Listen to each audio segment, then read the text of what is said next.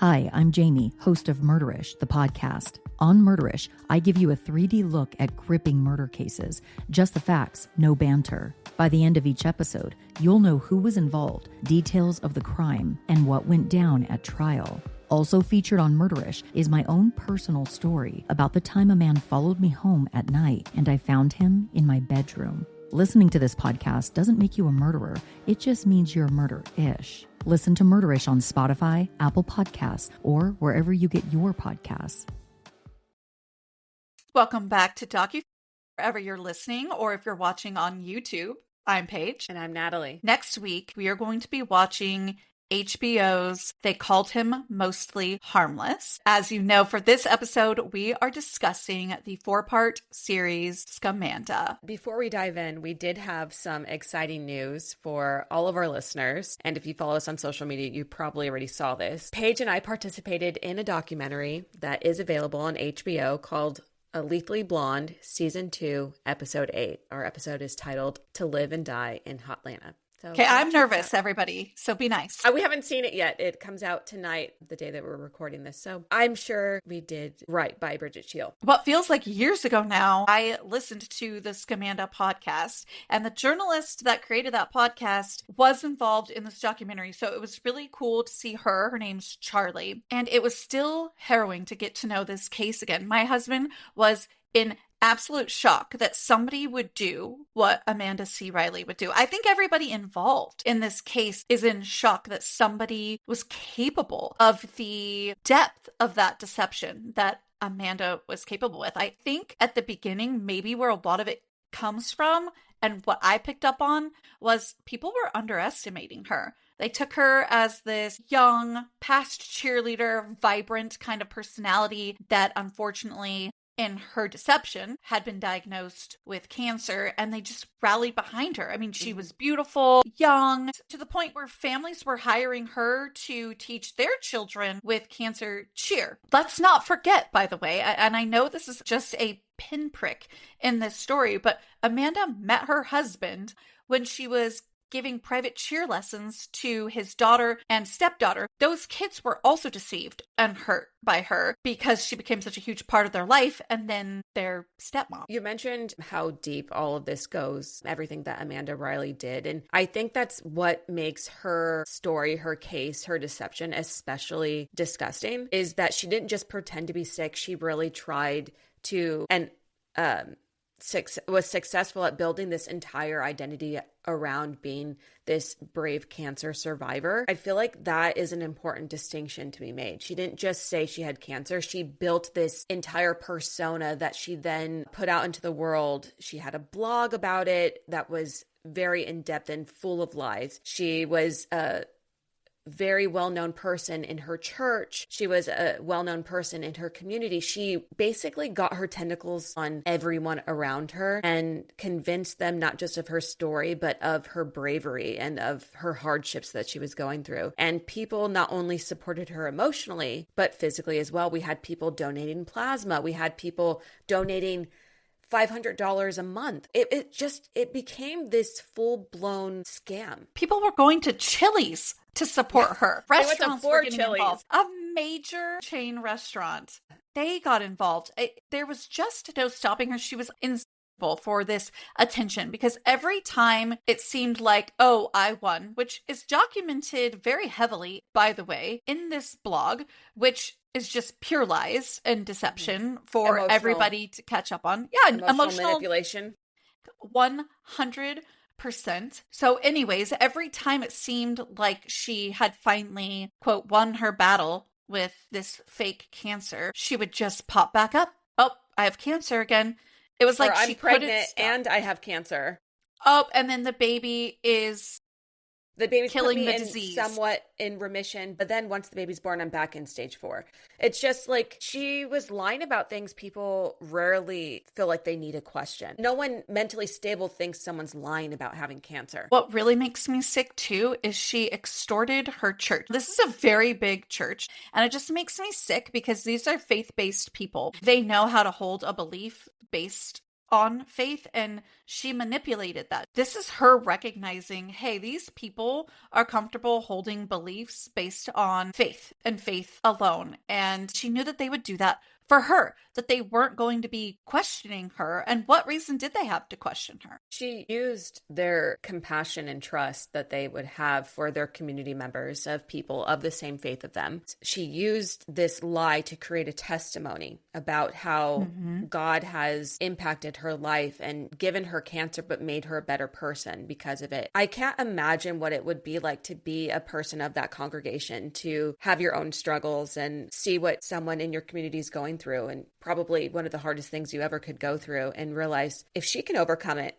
so can I. And then to find out all of it's a lie. It must have been, it would have made a lot of people distraught, I imagine. Yeah, because this is after many of them have donated thousands of dollars. By the end, it was well over $100,000 that she had extorted. And I mean, I'm sure that that's hard to track. They did mention that because yes, the $100,000 that you mentioned was what they were able to guesstimate based on the transactions that went through her website, because she did have a blog about her experience with cancer and you could also donate on there. But she received a lot of cash and goods in kind. So she would receive free babysitting. She would receive other goods worth money that were never truly able to be accounted for. She received checks from friends so that she could afford XYZ treatment or whatever. But it got to a point where even her stepdaughters were starting to question things.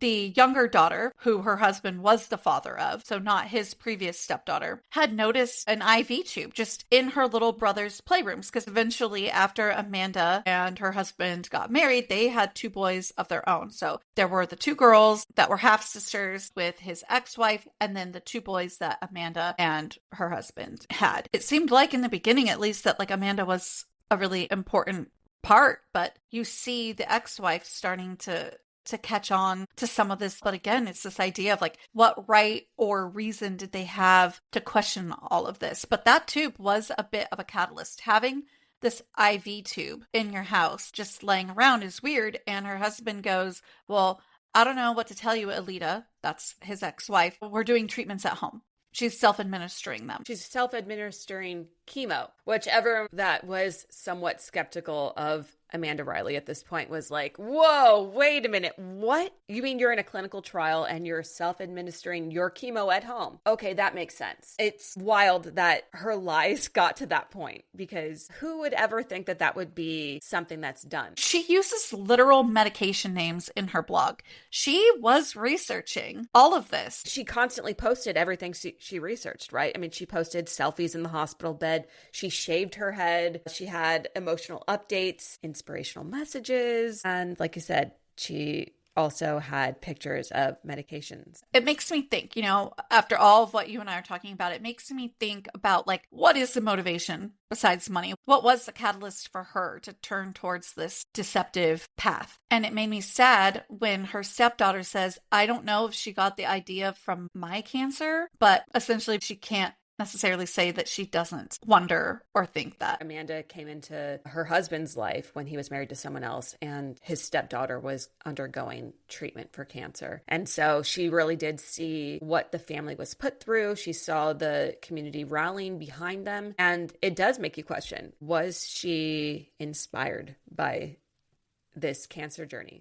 They were not together, Corey and Amanda. They were not together when Jamie was undergoing any cancer treatments. Jamie was very young at the time. And again, they were not together yet. But it's just that question of, was she hearing all of these things and understanding Jamie's story, because she was literally her private cheer coach. So she had known of Jamie's story for a very long time. Another person who was catching on to Amanda's story was a very close friend named Lisa. Lisa and her husband at first were kind of like, oh, here's this couple that's younger than us. And Corey is much older than Amanda, but to Lisa and her husband, they're like, okay, they're younger than us, but we get along, really well. And it just kind of meant something to them to be latched onto a bit like that. And she was kind of sniffing around where's your mom? What does your mom think about these cancer treatments and everything? She did give her money at one point. She finally started questioning, though, and kind of pushed Amanda out of her life a little bit. She was recognizing something was up. There were a lot of little things that made Lisa suspicious, but the thing that was the straw that broke the camel's back was Lisa had been watching Amanda's stepdaughter. It was like during the summer, Lisa's daughter and Amanda's stepdaughter were swimming at the pool. Eventually, Amanda came by, and instead of just picking up the daughter and leaving, she jumped in the pool. And this is a woman who is supposedly undergoing cancer treatment. As Amanda's swimming, she comes out of the water, and Lisa notices there's this small Band-Aid behind Amanda's ear, and she asks her about it because she does know she's undergoing treatment. And Amanda tells her with a straight face that she just had her brain fluid tested. And Lisa's like, wait a minute, excuse me? She had fluid drained from her brain. There's no way you're going to be cleared to be in a pool, especially with a little Band-Aid. No way that you would want to go in a pool, risk infection, fill up for it. Little round Band-Aid, are you out of your mind? Or at least in the documentary, that's the visual they give us. So I am curious what was technically behind her ear, but she states like she just had a little Band-Aid behind her ear. There's no way. Lisa was smart, man. Like she picked up on these cues really quickly. She was like, where's your mom when you're getting fluid drained from your brain? Like I kind of agree. I mean, we do learn about her mom in the documentary, but there's not that much to say. Lisa's daughter is the same age as Amanda's stepdaughter. And so that's how they bonded. And that's right. Amanda would really lean on Lisa and her husband to help care for the stepdaughter. They would do carpool for school, that sort of thing. But like we're saying, the tiny little Band-Aid, the fact that she even wanted to go in the pool after supposedly having fluid drained from her brain was the catalyst for having Lisa start investigating everything that Amanda was saying was happening to her. And she did cut her out, but it didn't stop her from thinking about Amanda. She put together all of the pieces of what she saw happening. Even though they hadn't been in each other's lives, she eventually saw that post about Chili's. This is a few years later. So she saw a post about Chili's doing a fundraiser for Amanda Riley. And she's like, oh, I haven't heard that name in a long time. She goes, looks it up, finds a blog that Amanda Riley has been posting, all the time. And she realizes that Amanda says she was diagnosed with cancer, just diagnosed, like recently, 2012. in the blog. But that was years after she had told Lisa she was 2 years. diagnosed. That's and right. So she realizes this is a scam. This girl is doing this for money. There's this Facebook group titled People Faking Cancer, and Lisa stumbles on a post by investigative producer Nancy Moscatello asking for any interesting cases that people might have. And that's when she sends that email to Nancy saying, I have a story for you. She linked her to the blog, I believe. And that's when Nancy was like, oh, hi, let's deep. talk. Let's talk. She had the story. We don't find out that Lisa is the OG whistleblower until the docuseries comes out because, there's this big reveal. But as a viewer, I knew it was going to be Lisa. It was pretty 100%. obvious they built it up to that. But I guess if you had been following the reporting on it, if you had been following the podcast that's done by another person, her name is Charlie Webster, it probably was unexpected for some people, but I sort of picked up on that she was going to be the whistleblower. I picked up on that too. It just seemed like it made a lot of sense and they were just kind of breadcrumbing us to that big reveal.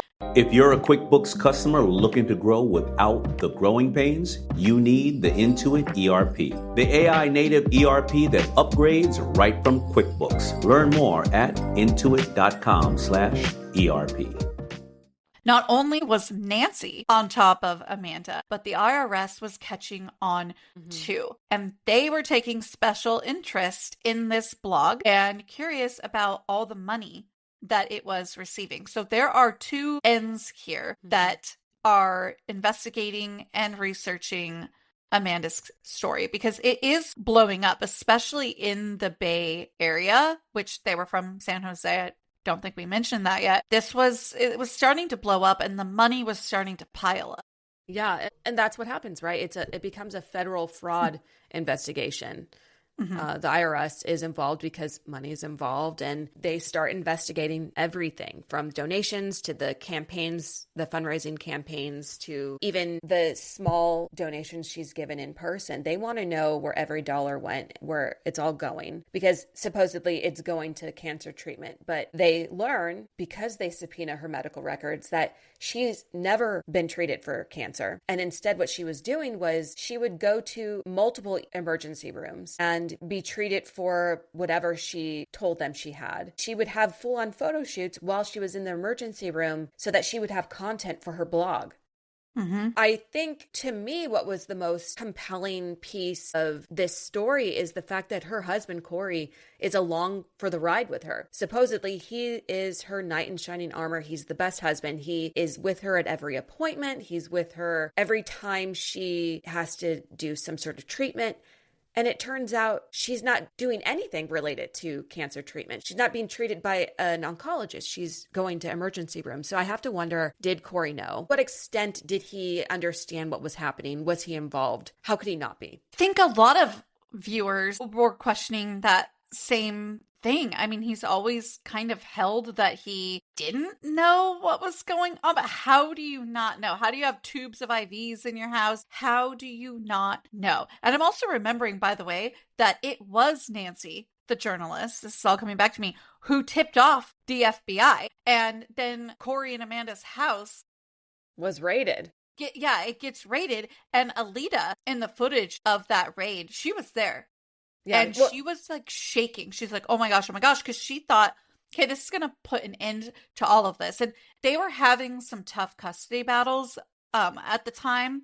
So Alita and Corey and Amanda, like, it was not good. And I think Alita thought this is going to calm down, but it didn't stop anything after she got raided. She kept going. This is what's so wild about Amanda. And this is also what feels so wild, as to your point of like, did Corey really know or not? He's just like skating by. He is skating by, but it's hard to overlook him when we know that he benefited from her scam. Obviously, the money was coming into the household. Obviously, who did he think they were paying for treatments? Right. It's baffling to me how he could even think that people would believe he didn't know. If anything, someone says this in the documentary, and I believe this could possibly be the case. Perhaps at first he believed what Amanda was going through was in fact true, but he had to have learned the true nature of what she was doing at some point. And did she prey on him as a father of a cancer survivor? And I said FBI, I meant IRS, that Nancy tipped off the IRS. So please excuse my mistake there. It can be a little confusing though, because like these IRS agents carry guns, they have search warrants, they have badges. And so they do, from an untrained eye, or like if you're watching the documentary, they could look like FBI agents. You know what I mean? It was just misspeaking, but it is kind of intense that they carry guns and like carry out searches like that. That's why Alita's like, I'm shaking. She was filming and she's like, I'm shaking. Like, that's how intense it was. And again, still didn't stop her. No, it didn't stop her. And it did alleviate one thing for Alita's case. Remember, Alita is the ex-wife, Corey's ex-wife, and the mother of the daughter that Amanda was the stepmother to. Corey and Amanda had gained full physical custody of this little girl. After their home is raided, Alita is then afforded full physical custody. So that piece of the drama was sort of alleviated after this. It seems like they had lied or fabricated those reasons to get full custody back. I mean, we know we couldn't put it past them. They were lying about cancer. It wouldn't be a surprise that they would lie in a child custody battle. They were painting her in this light that I don't think Alita ever saw coming. You mentioned a little bit ago that everyone sort of assumed Amanda would stop what she was doing after the IRS became involved. And then we acknowledged that that wasn't the case. She doubled down. What she ended up doing was she eventually moved 40 minutes away and became the principal of an elementary or middle school. Elementary school. And she preyed upon those people there too. And she started having them fundraise for her after she told them she had just been diagnosed with cancer. And this is all while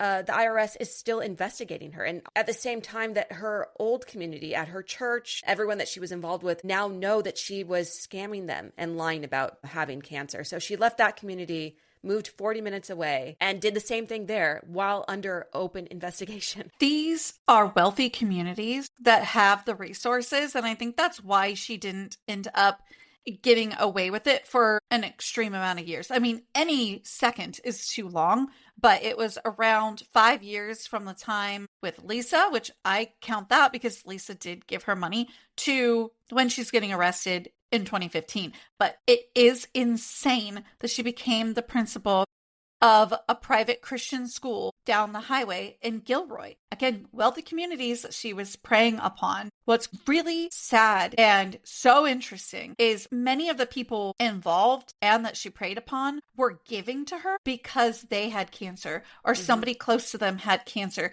Someone's sister had died of cancer. One of the IRS agents, it was personal to her because her twin sister died of cancer. So many people that gave to her or were involved in this in any way were touched by cancer. And I think that that's unfortunately the world we live in today. Many people are touched by cancer, but it just makes you so sick. And there's no exception when it comes to Amanda's colleagues and coworkers at this school. One of the teachers had cancer, died of cancer. The documentary participants from this school, you can hear they're upset when they talk about this because they did do fundraisers for this individual. And then here comes Amanda. Oh, my cancer's back and I'm the principal. I wonder if she had the proper background to be a principal of a school. I truly don't think she had the proper background, but she had a magnetic personality. That's right. And when she interviewed for that role, they saw somebody that could lead a school, not knowing that they were going to be falling into her trap. The parents loved her. She was the reason that they chose this school for their child. And these are people spending money at this school, and she's deceiving them every day as if she has cancer. And let's do a joint fundraiser for Miss So-and-so and Mrs. Riley. And I think a lot of people assume when you hear about Scamanda that she was arrested for pretending to have cancer. But as we know, because the IRS was involved, that's not exactly the case. She was charged with wire fraud, which involved using electronic communications. So her website, which is how she got a lot of those donations. And that was eventually how they were able to finally get her to have some accountability for everything that she had been doing the last several years with each of these communities. They started sending out letters, letting everybody know that had supported her, at least through this wire fraud that they were going to charge her with, or that they had charged her with. They were letting them know, hey, look, like this is a scam. And one of her friends really held on to it. Like, there's no way. And she was still kind of doubling down in terms of like, no, like I'm not lying. This is just crazy. She even told Amanda, everyone is telling me that you're lying. Will you take me to one of your appointments? And she FaceTimes her at one of those Amanda was like, yeah, sure. Oh, wait, it's COVID. Let's FaceTime. And that was enough for the friend to say, okay, like, I believe you. And that poor woman, she had given so much money. And like the IRS agent who felt a personal connection to this case, this friend felt a personal connection, obviously because she knew Amanda, but because she had lost the love of her life to cancer a few years prior. So it felt very personal to her. It just shows that Amanda was able to manipulate people who had gone through so much and she didn't care. You know what is also very sad and heartbreaking to me is I didn't hear one of those participants say, I gave her my last dollar, my last penny. It was barely even about the money. It was about the deceit. It was about the cancer. And this kind of goes back to what I was saying a few moments ago. It's not necessarily for many of those participants about the over $105,000 that she got in donations online alone. It was the hurt that these people experienced because she manipulated them and was bright and vivacious and emotionally manipulated them, which was said at the beginning of the episode. And I think that that's the best way to put it. And this is what she preyed on them, and they felt that. Luckily, she was arrested and stopped. That happened in July of 2020. And then in May of 2022, she was given 60 months in federal prison. And a lot of people felt that sentencing was too lenient, but it was what the courts were able to do.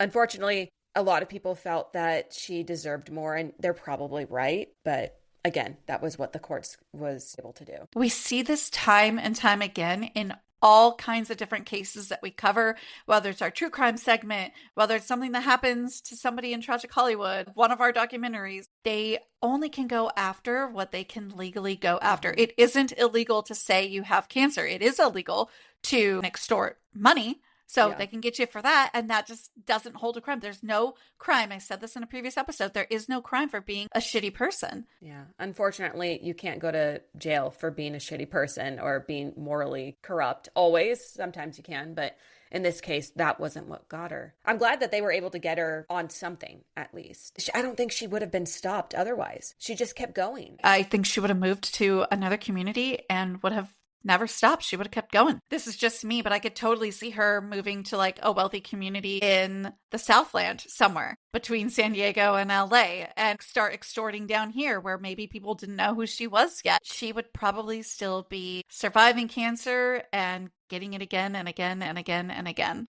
Yeah. She is scheduled to actually be released on October 15th of this year.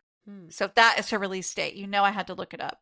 I couldn't help myself. I guess we'll be watching the news to see. I'm sure there's going to be some coverage of her release. I'll be curious to see if we're even allowed any of that information as the public, what her relationship looks like with her children, because that's something that we didn't touch on, but is momentarily explored in the documentary. It's the fact that she not only lied to these communities that were so invested in her emotionally, but she lied to her children. So even if her husband knew, her kids didn't know the difference between mommy is dying and mommy says she's dying, but she's actually not. I can't imagine the trauma that caused. And it's going to carry over.